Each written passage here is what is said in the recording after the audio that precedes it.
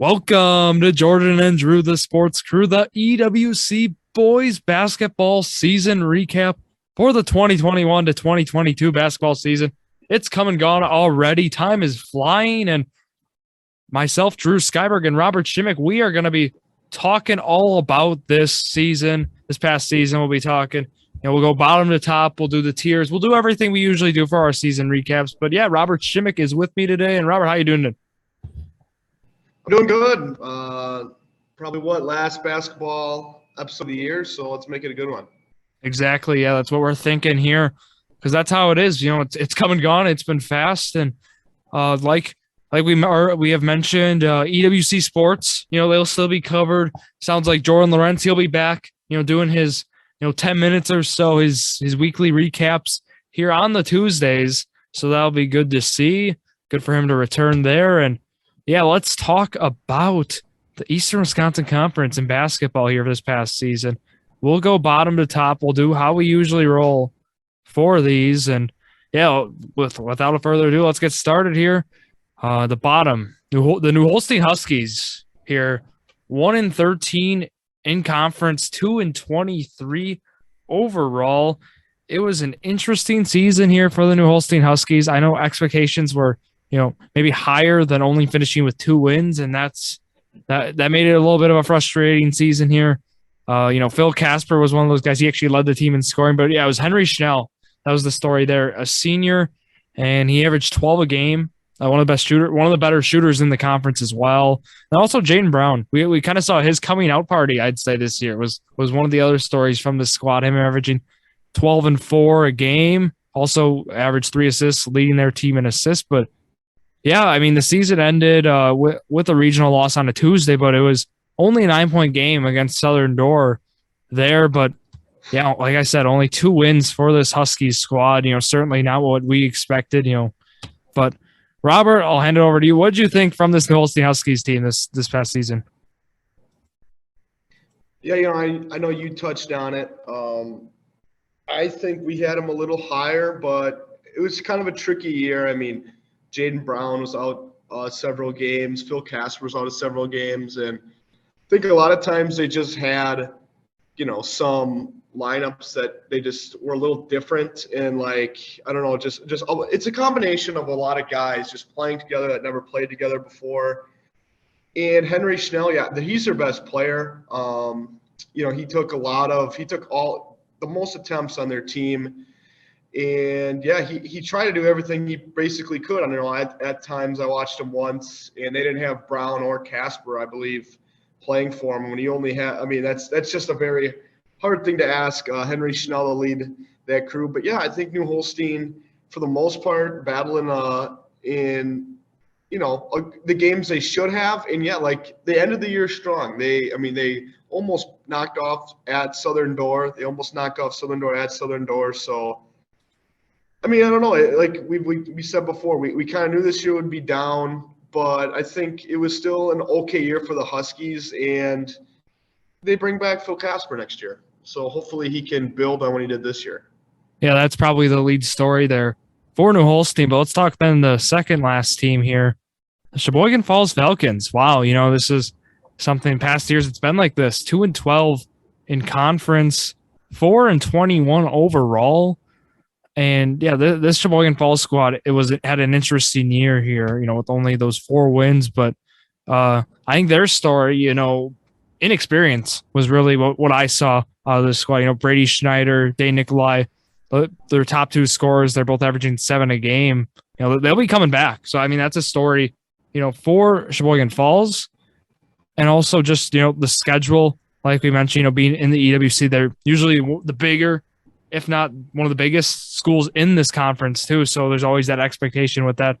I know that enrollment doesn't mean everything, but they always, are able to get a good group of kids, with all the enrollment. But yeah, it seemed to be a tough stretch of games too. I mean, they had a losing streak that lasted from November 23rd or November 27th, my bad, all the way to February 10th.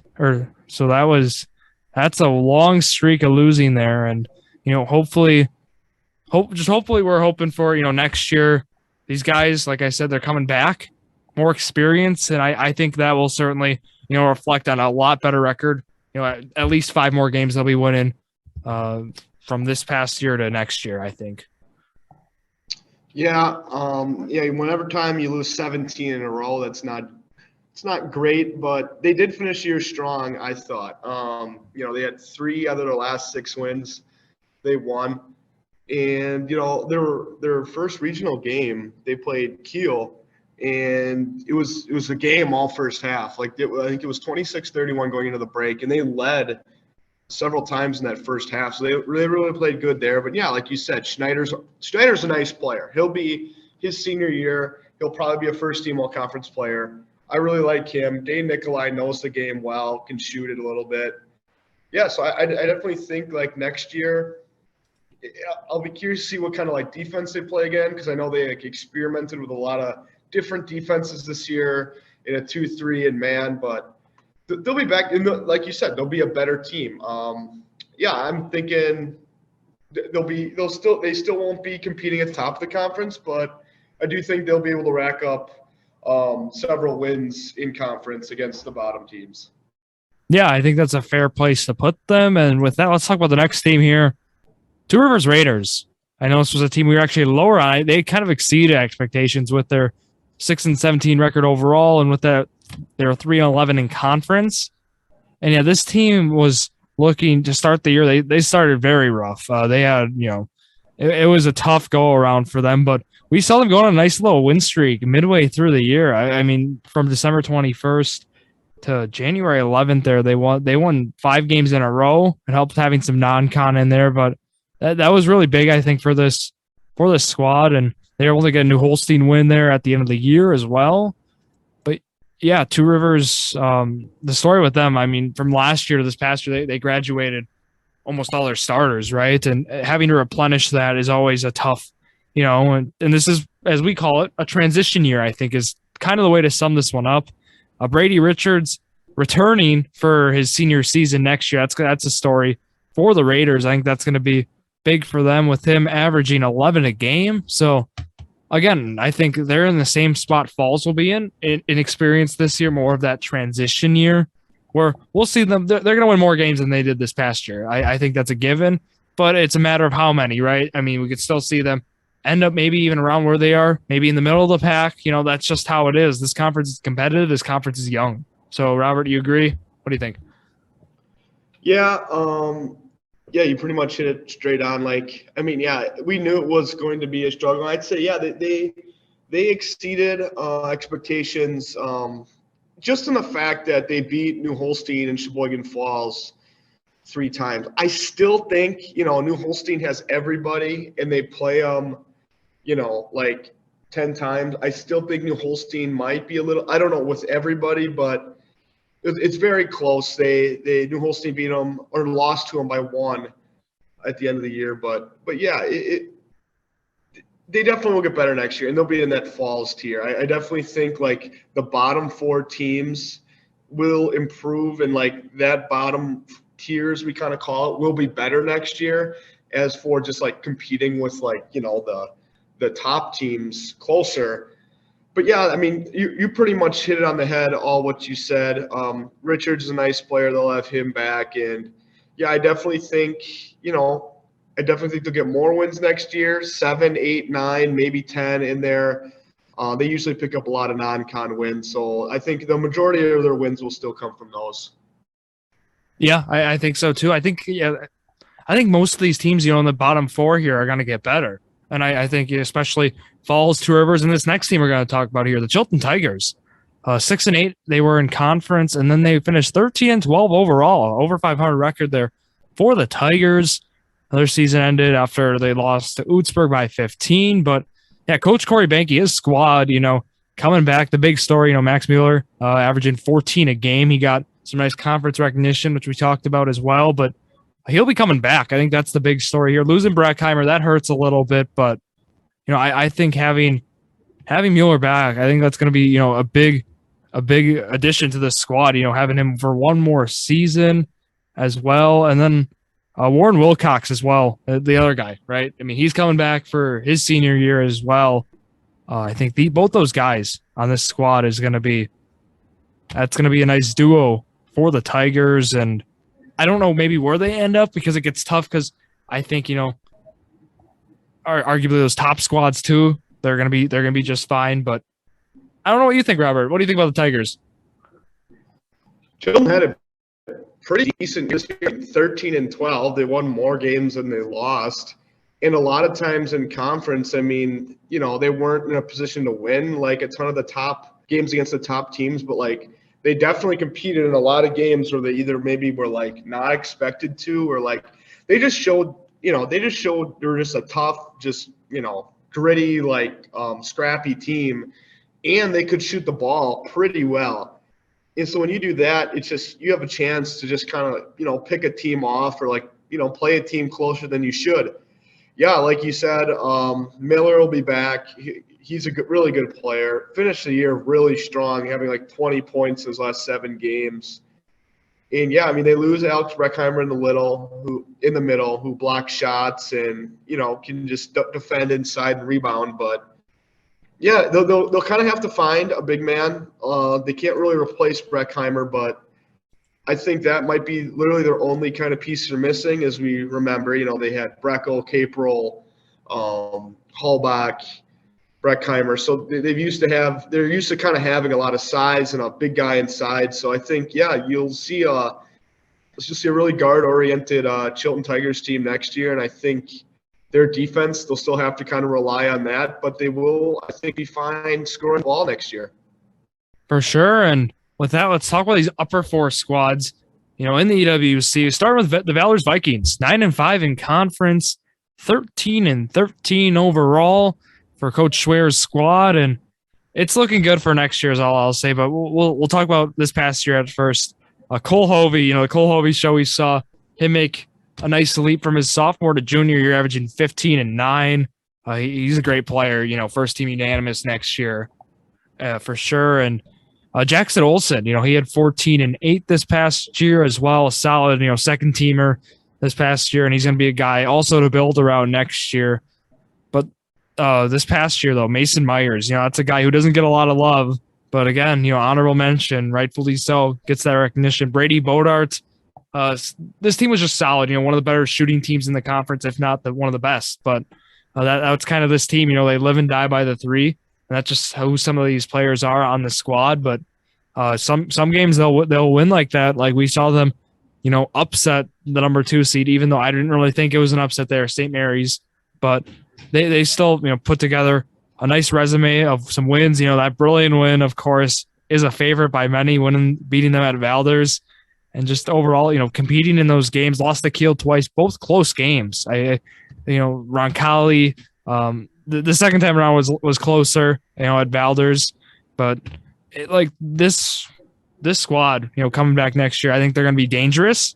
I think, we could see them make a nice little run to some sectionals. And if they get a sectional, like that they had this past few years, I know with Sheboygan, Lutheran was in this D4 one, but, sectional final run could certainly be in their own possibilities. And who knows, right? Anything can happen. State could be there as well. I mean, they have the talent, a guy like Hovey, talented player. And Robert, what do you think about the Vikings here? Yeah, you bring up a lot of things, and yeah, I just think simply you put it as, you got 2,000-point scorers coming into next season who will probably go over the 1,000-point mark. Anytime you can do that, that's just a recipe for success. And then, like you said, shooting the ball. I mean, I see like a Jake Young kind of going into that Brady Bodart role. And then you got Trey Schneider, who kind of fits not the Mason Myers role, but kind of another Brady Bodart role too. And when you can have 2 shooters on the court there that aren't your 2 best players, that's really hard to defend. And then, yeah, other players, just Siraki is a really good young player. He'll probably be in the mix next year too for them. So, yeah, you lose Myers, you lose Bodart, but I still think, yeah, they do get better next season. And, yeah, like you said, in D4 now, it's a little different than D3. There's a lot more room for opportunity probably going postseason time. So, yeah, I definitely think they are in the top 3 next year. and will compete basically against every team in the conference. And they probably will make a run deep in the playoffs, like you said. I totally agree with that. Like you mentioned, I think Jake Young's going to fit nice in that role. I mean, he was solid off the bench this past year. Trey Schneider's another one, being a junior next year. He was a great addition to this squad this past year. And I think, maybe what leap can we see from him from a sophomore to junior year? That might be big for this Valor squad. You know what you're going to get out of Hovey. You know what you're going to get out of Olsen. I mean, if Trey Schneider can make a nice leap, I think that's going to be a lethal threat, for this squad for sure. But yeah, let's talk then about the Kiel Raiders here. 10-4 in conference, 17-9 overall. This was a great year here for the Kiel Raiders, and it ended with a 1-point loss that one to Kewanee. That was a winner. Winner got to play B-Town, really in there. But of course, the year was highlighted. The Pierce Arns show, averaging 19 a game for them, and also 5.4 assists. First team unanimous player there. I think the emergence, of Grant Munns, what we saw from him being a sophomore, from freshman to sophomore. I know last year we saw his older brother play, and now we get another Munns here, and this one averaged 15 boards a game. Grant Munns was, a threat, a force to be reckoned with on the glass, up in the state leaderboards for rebounds per game. So, and he averaged, like I said, double-double with 12 and 15. So he's that dynamic duo right there is the story. Only graduating lone senior there, Mitchell Endries, with this squad. I think this squad's looking very nice for next year, but Mitchell Endries, like I said, that lone senior on this squad, and he had a great year for the Raiders, being that leader for this team. But they were able to put together some nice games during the year as well. I know there's that 30-point hiccup against Brillion in the middle of the year, but they were able to still hang in there with games. Lost to Roncalli on that buzzer beater. Only lost to Academy of Science by 6 at Kiel. So they put together some, like I said, some nice games throughout the year, and certainly they're looking good at returning a lot of players for next year. Aiden Murphy was one who comes to the mind. He had hit some big shots in that Roncalli game as well, and having a guy like that back. Cade Velker, another one. Braden April. I know there are a lot of good young players here on this Kiel Raiders squad, and they're going to be forced to be reckoned with in the years to come. Yeah, I agree. I think Kiel, especially the last 2 years, this lived and died by the 3-ball. I mean, when you have Coleman, when you have Lepisto, when you have Arntz, when you have Endries, when you have just guys who can shoot the ball, that was definitely their strength. And it was just, try to outbeat the other team. And it's just I think times in games, when you see those kind of not surprise losses, but your 30-point loss to Brilliant or your loss to Kewanee in the playoffs, it's just that's the reason I think sometimes you can just get caught up on a bad shooting night and then just not do so well, and then you can just run other teams out of the gym. They had Roncalli beat that one game, and then the wheels just kind of fell off there, and Roncalli went on a run. But it's just they're a dangerous team when they're hitting their shots, and I think obviously what kind of worries me is they won't have a senior next year. That does worry me a little bit. But you'll still have a bunch of experience on varsity. I mean, Arns will have 2 years under his belt starting. Munns will have a year under his belt. Heckman, Bruner, April. And I think Braden April is really my player to look out for next year. Obviously, will not bite into Pierce Arntz's role at all. But I think if there's a player that I'm excited to see his transformation from this year to next year, it's Braden April. Just because he, I believe, led Jake Young might have been first. I think he was second in the conference in 3-point shooting at 47%. Just a really, really strong player, and just all around just has a good feel for the game and can shoot well. He's one of my favorite players on this Kiel team returning. And yeah, like you said, they have a lot of other guys. I mean, Grant Munn's one of the best rebounders in the conference. And yeah, there's really not much to be not happy about if you're a Kiel fan for next year, because I still think they're just gonna increase and build upon what they did this year. And I definitely think there'll be a sectional team next year. I definitely think, yeah, they'll be in the sectionals, probably that sectional semifinal, maybe sectional final. We'll see. But yeah, that's just kind of where I see them. I do see them, yeah, second or third, kind of with Valders there. Little maybe leg up on Valders just because they have, only one guy leaving. But yeah, I just think it'll be a good year in Kiel next year. Yeah, and we'll talk about next year's conference tiers as well. But, I think they're in the second best situation in Kiel with returning players. I think the first, the best situation here, the Brilliant Lions. Talk about who they're returning here. The second, they took second here in the conference, 12-2 in conference, 26-3 overall. Their run ended at the Kohl Center. When if you make it to Madison, that's a successful year no matter what, right? And Brilliant Lions, they did just that. With Jeremy Lawrence as a junior, and he led the way in scoring, of course, 20 and 12, and then 3 assists to go along with that. Grady Geiger, another one, a sophomore, 11 points a game with 5 boards, and then Caden Holly, a junior, 11 points a game. And yeah, Brilliant's returning a lot of talent. And when I say a lot of talent, I mean almost everyone, right? I mean, Mason Banky, losing him hurts, Mitchell Kotterabic, Caleb Grimm, those guys will be, graduating. They'll be gone, but everyone they bring back, though, Robert, it is Parker Brown, Caden Holly, those guys, and then, of course, Lorentz, and then Geiger. This is going to be a lethal squad next year, and then also, just touching on just how this year went as well. They had that win streak. It was like, when are they going to get that first loss? When are they going to do it?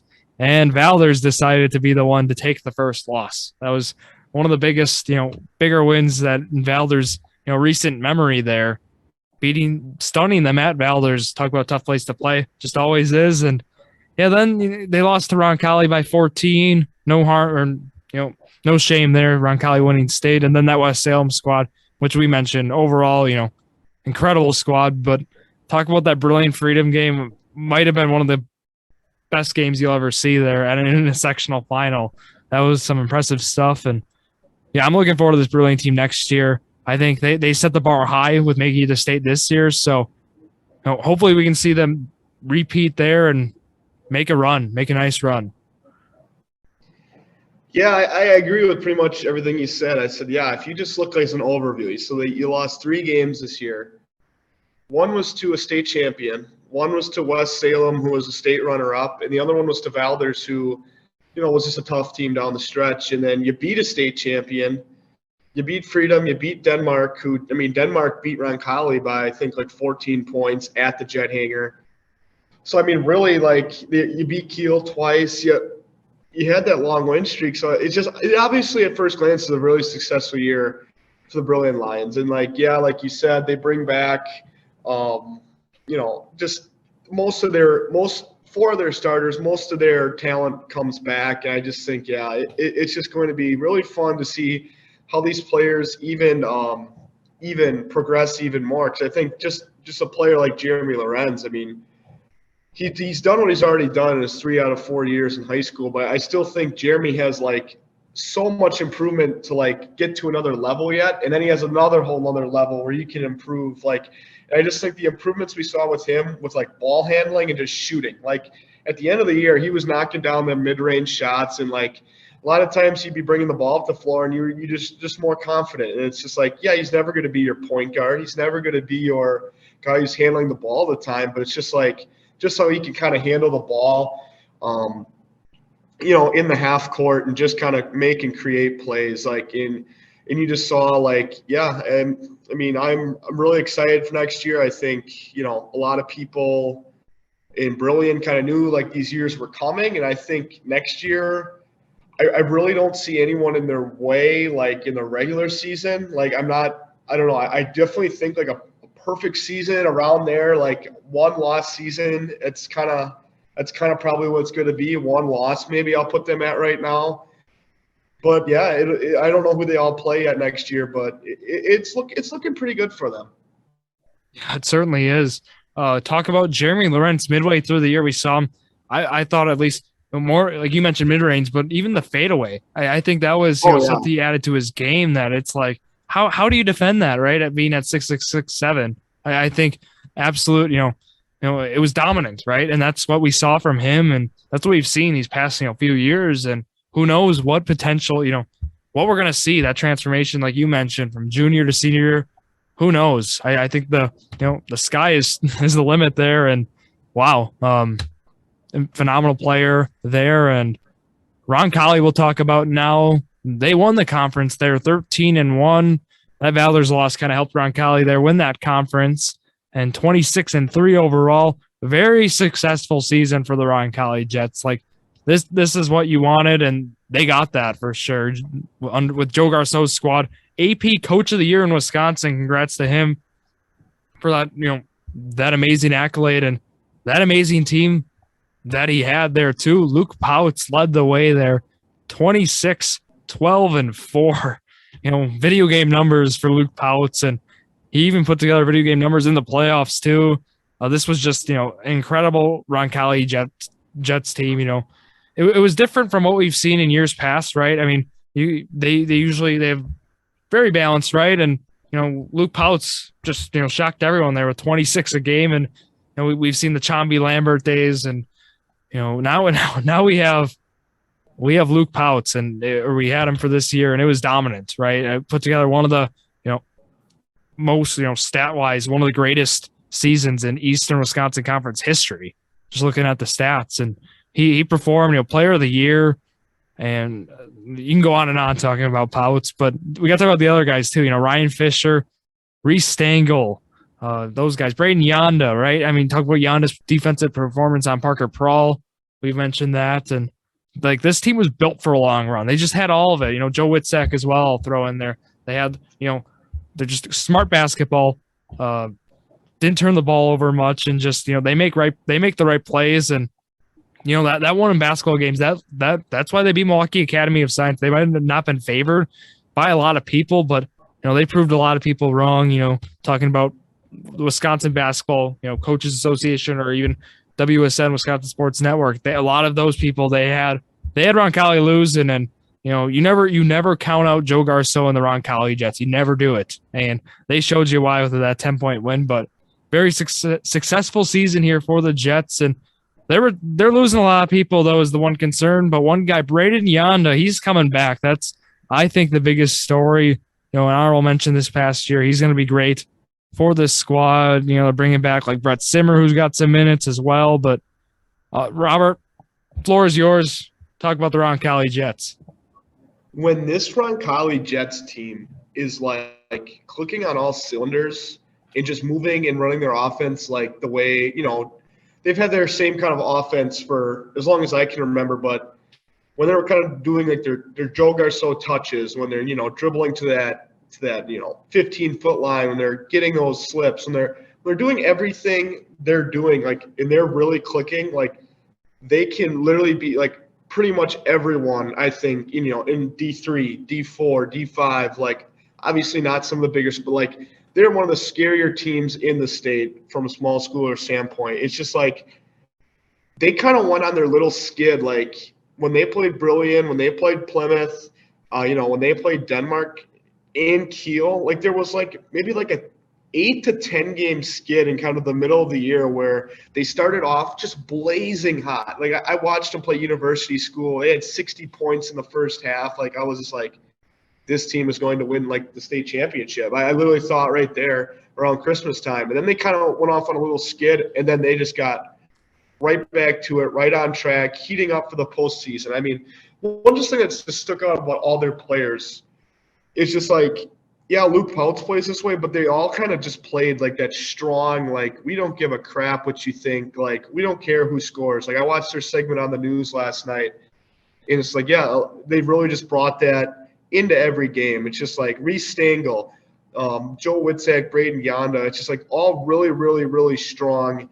And then Ryan Fisher is one of the better shooters in the conference. Like, I mean, he's just like, when he shoots the ball, I just think it's going in every time. And then you just got Luke Pouts, who is probably the best like leader of like a team I've seen in the WC. Like just his leadership is, I would say, his best quality, just because for him it's so hard to pick a quality because he does everything so well and he's so balanced. Just can beat you either way. But it's just like, yeah, I totally agree with everything you said.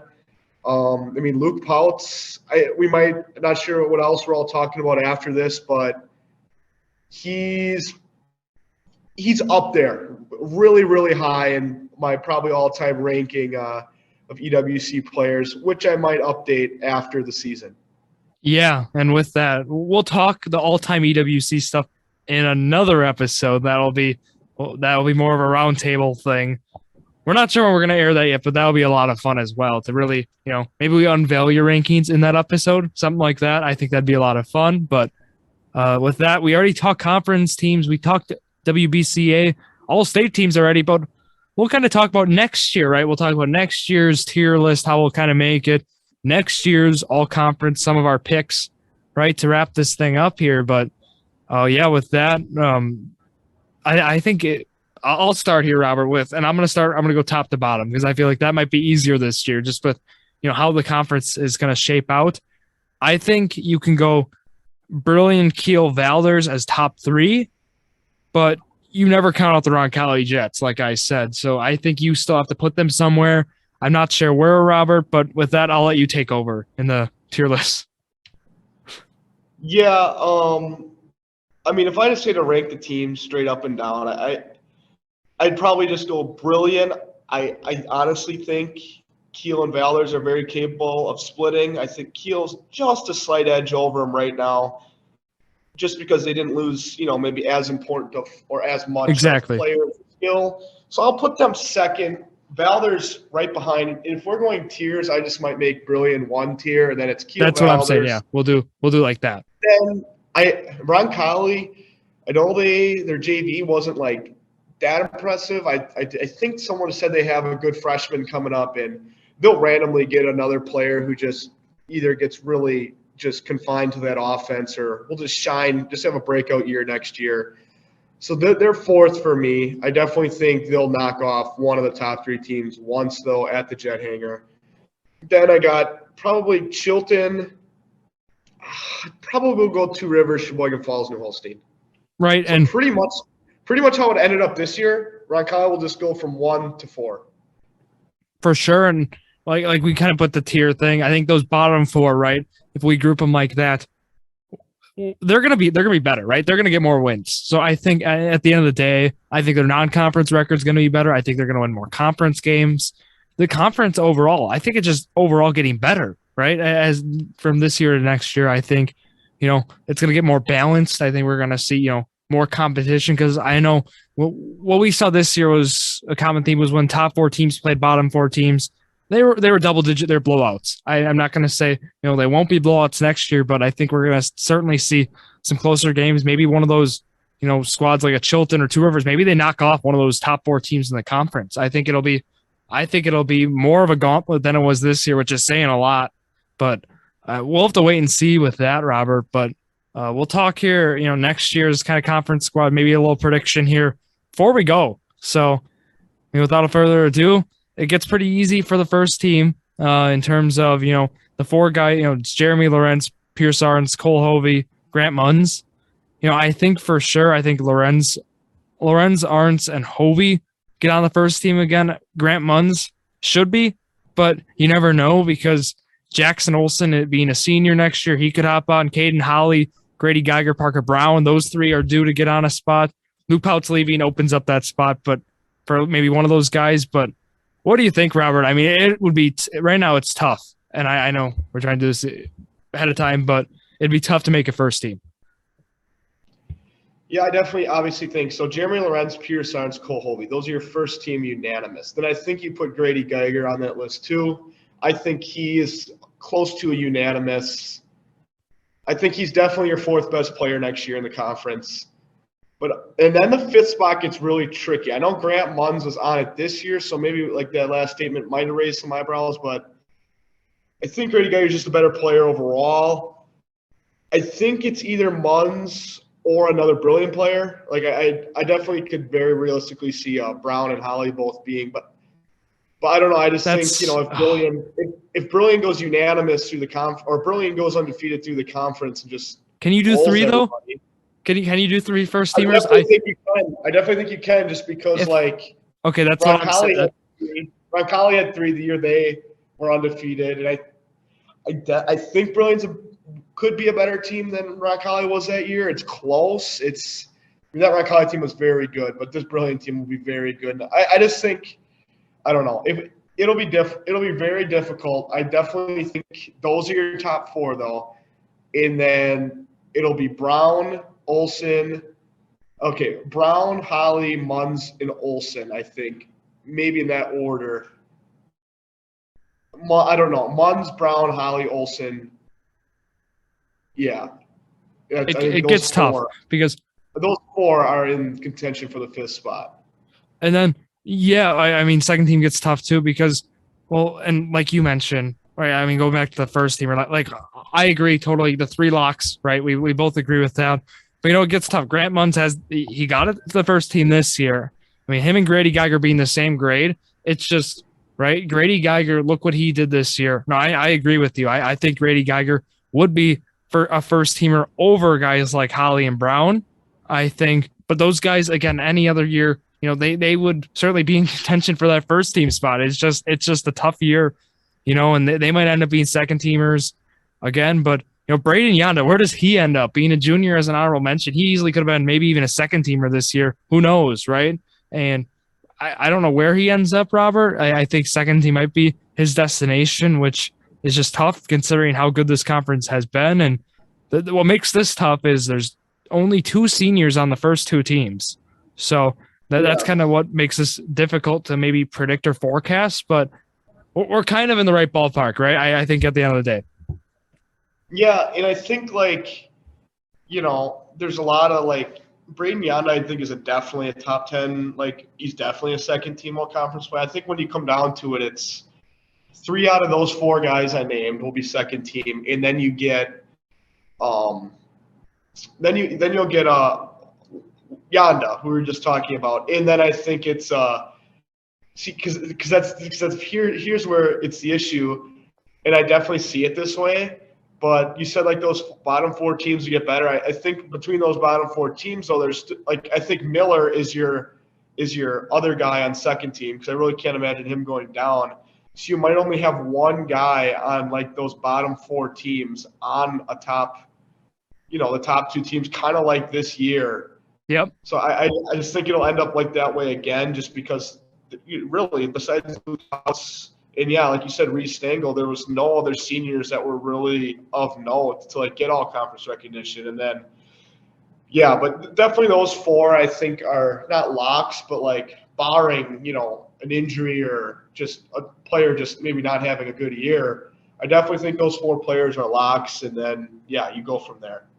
So to sum this up, Brilliant having the lineup they're having next year causes a lot of problems for all conference, right? I mean, that's what I'm saying. And with that, Robert, do you have anything else you want to talk about? Because we went through a lot here. Yeah, no, I just think like you said, next year is just, I think you just take out, the conference this year overall, I think, a lot of people might have looked at, it's maybe a little weaker, but obviously you had a state championship, you had a state qualifier, you had, Kiel, who almost beat Science, Kiel almost beat Roncalli, Valdez beat Brilliant, Chilton in the fifth place had a winning record. Conference was pretty solid this year, and I just think next year it's obviously when you have that group at Roncalli leave, you might not have those top 2 teams, a Brilliant Roncalli rivalry matchup again. But yeah, I just think your overall talent in the conference will be better. And I'll just say this, the conference has never seen really a player like Jeremy Lorentz as as rankings as high, or a Division I player, bottom line. So I just think it'll be one of those things. It's he'll just kind of put the conference on the map even more, just as more colleges kind of see him, or he gets more buzz around the state as Milan Momcilovic will probably win Mr. Basketball next year, but I think Jeremy Lorentz is, behind him, either right behind him or another spot behind him. He's very close to being, 2-3 top seniors in the state right now for next year. Yeah, and the rankings don't lie, and even the eye test doesn't lie. Stats don't lie with that. Jeremy's been impressive, and he's going to keep it up. So, yeah, I mean, with that, we hit it all, right? We talked about it, and next year the conference is going to look great yet again, I think. It was, like you mentioned, it was very underrated this year, considering we had 2 teams make it to state, like you said. It's a state champion. Overall, a solid conference. And I think, it's going to hopefully, with the looks that Jeremy Lorentz is going to look, it's going to put this conference even more on a map than it's been. And it's known as a basketball conference for sure. And hopefully we can keep that tradition continuing here. And yeah, with that, thank you all for listening to yet another episode of Jordan and Drew, the Sports Crew, the perfect podcast for you.